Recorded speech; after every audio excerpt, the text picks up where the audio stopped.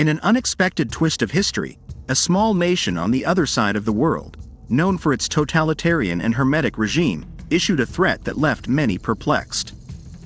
North Korea, with its mere 120,000 square kilometers of territory and governed by the Kim dynasty for over 7 decades, is no stranger to international controversy. Kim Jong-un, its current leader, inherited power from his father Kim Jong-il, who in turn received it from Kim Il-sung. In these 76 years, the country has lived under absolute control without any possibility of change in its leadership. The 26 million inhabitants of North Korea live under strict state control, with no freedom of action and severe prohibitions on leaving the country. This nation, constantly questioned by the international community due to its nuclear missile program and recurrent threats of destruction towards the West, has been a source of global tensions. The controversy between Kim Jong-un and former U.S. President Donald Trump is a clear example of these frictions, with both parties exchanging threats of mutual annihilation. But what does Mexico have to do with all this? At first glance, it would seem that nothing links the Latin American nation with the Asian one. Historically, Mexico has maintained a neutral stance in conflicts between Eastern and Western countries. However, on one occasion, an event triggered a direct threat from Pyongyang towards Mexico, with Kim Jong-un warning about the possible sending of nuclear missiles to Mexican territory. This report reveals the details of how this disturbing threat arose and explores whether Mexico could still be in North Korea's crosshairs despite the geographical distance of more than 11,000 kilometers separating the two nations. International tensions know no borders. In 2013, diplomatic relations between Mexico and North Korea were already limited, with both countries maintaining the minimum necessary contact to avoid major conflicts. This diplomatic approach reflects North Korea's international reputation, known for its controversial policies, constant nuclear tests, threats to its neighbors, and severe punishments for its own population. The negative image of Kim Jong-un's regime has led many countries to distance themselves from North Korea, as associating with such a country is not well regarded. Despite this context, Mexico has made significant efforts to maintain good relations with all countries in the world. This includes the peculiarity of being one of the few countries on the planet that hosts a North Korean embassy, located in Mexico City. This embassy attends to the 366 North Koreans residing in the country. Additionally, the Mexican government provides North Korea with petroleum, a relatively small but crucial amount for North Korea's struggling industry. In turn, Mexico acquires computer parts from North Korea, which, although modest, makes Mexico North Korea's main trading partner in Latin America. However, this friendly context did not prevent a serious threat in 2014. The tension originated in 2013 when a North Korean ship from Havana tried to cross the Panama Canal. Panamanian authorities, suspecting that the ship might be smuggling drugs, inspected it and discovered a hidden cargo of heavy weaponry under piles of sugar. Among the confiscated weapons were missiles and military vehicles, totaling 240 tons. The North Korean company OMM, the owner of the ship, was blacklisted by the UN as a facilitator of illicit trafficking and banned from trading with the rest of the world due to its involvement in illegal activities and years of nuclear testing for the development of weapons of mass destruction. This situation provoked the ire of Kim Jong-un, who threatened to attack Mexico despite the country's diplomatic efforts to maintain a cordial relationship with North Korea. The threat from a distant and little-known country like North Korea surprised many and highlighted the complexities and inherent risks of diplomatic relations with unpredictable and conflictive regimes. The UN issued a series of sanctions preventing North Korea from exporting and importing weapons from anywhere in the world, which has affected the Asian country's military capability with the confiscated cargo. In 2013, North Korea was violating these sanctions. A year later, in July 2014, the North Korean flagged vessel Mu Du Bong, 131 meters in length, departed from Havana destined for North Korea. However, due to an unexplained error, it ended up in Tuxpan, Veracruz, and unfortunately ran aground in a protected natural area, the Lobos-Tuxpan Reef System, a coral reef with specimens over 10,000 years old. The 6,000-ton Mu Du Bong damaged 3,662 cubic meters of the reef, which is home to 250 coral colonies of 8 endangered species. The North Korean vessel caused an environmental disaster to Mexico's marine flora and fauna, damage that will take centuries to repair. At the time, it was understood to be an accident, so the company owning the ship was fined approximately 10 million pesos to compensate for the damage. The ship was towed to Tuxpan and held there by authorities until the fine was paid.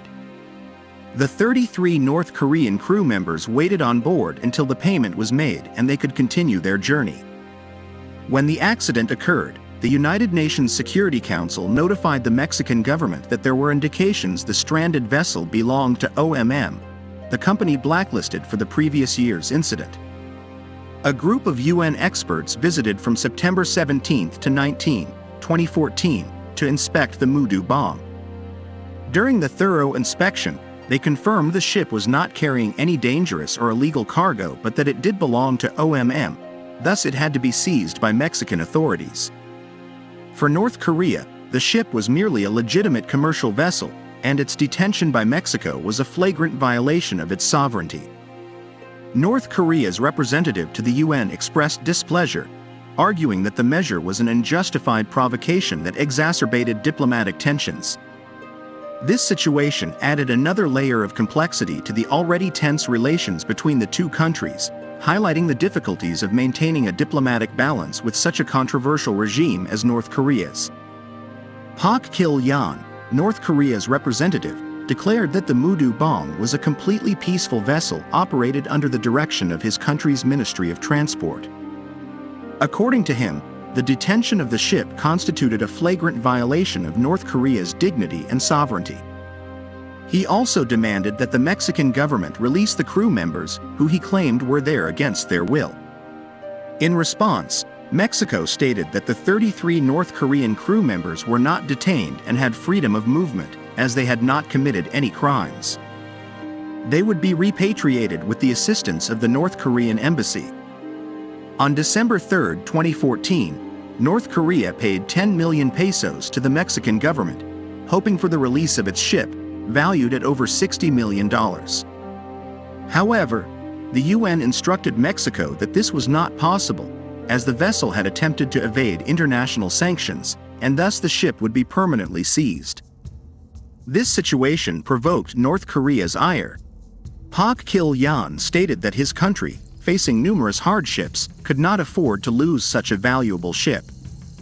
In response, North Korean leader Kim Jong-un accused Mexico of detaining the ship under orders from the United States and demanded its immediate release, threatening that if his demand was not met, Mexico would suffer the consequences as it was within the range of North Korean missiles. Despite Kim Jong-un's threats, Mexico remained firm in adhering to the UN resolution and refused to return the vessel. The Mu Du Bong was left without its crew in 2015, as all North Korean citizens were repatriated. Neither OMM nor North Korea referred to the incident again, causing the ship to begin rusting in port and contaminating the water. On July 14, 2015, the Port Authority of Tuxpan, Veracruz, observed the risks posed by the Mu Du Bong to port facilities, other properties, and nearby people, and declared its abandonment under maritime navigation and trade law. Consequently, the ship and everything on board were transferred to the Mexican government, a measure that took effect on April 14, 2016. On October 10 of that year, work began to dismantle the ship on the Tuxpan coast, where the vessel's structure was dismantled and taken to scrap yards. In 2017, North Korea's ambassador to Mexico, Kim Hyung-gil, was declared persona non grata and expelled from the country. This tough stance by Mexico relaxed later, particularly after North Korea's rapprochement with then U.S. President Donald Trump, marking a shift in international diplomatic relations. In the same year, a North Korean government representative attended the inauguration of President Andrés Manuel López Obrador, indicating that while the relationship was not close, it was not bad either. With its numerous scandals, North Korea seemed to have forgotten the Mudu Bong incident. For President López Obrador, peace is paramount, and there is no country with which he believes Mexico should have a bad relationship or declare as an enemy, not even the United States. Therefore, Mexico resumed diplomatic relations with North Korea during the last 6-year term. This policy reflects Mexico's constant effort to maintain cordial relations with all nations, despite past differences and conflicts. The Mudu Bong incident marked a critical point in Mexico-North Korea relations, but both countries have shown the ability to overcome this conflict and seek mutual understanding despite tensions and challenges. Mexico has maintained its stance of neutrality and pursuit of peace, even with countries having controversial reputations in the international community. This pacifist and diplomatic approach characterizes López Obrador's administration, which has repeatedly emphasized the importance of peace and dialogue in Mexico's foreign policy. Mexico's ability to maintain a diplomatic relationship with North Korea despite incidents and tensions reflects its commitment to global peace and diplomacy. In conclusion, while the relationship between Mexico and North Korea is not close, it has proven resilient. The diplomatic stance of Mexico under López Obrador's leadership emphasizes global peace and understanding, avoiding incessant enmities.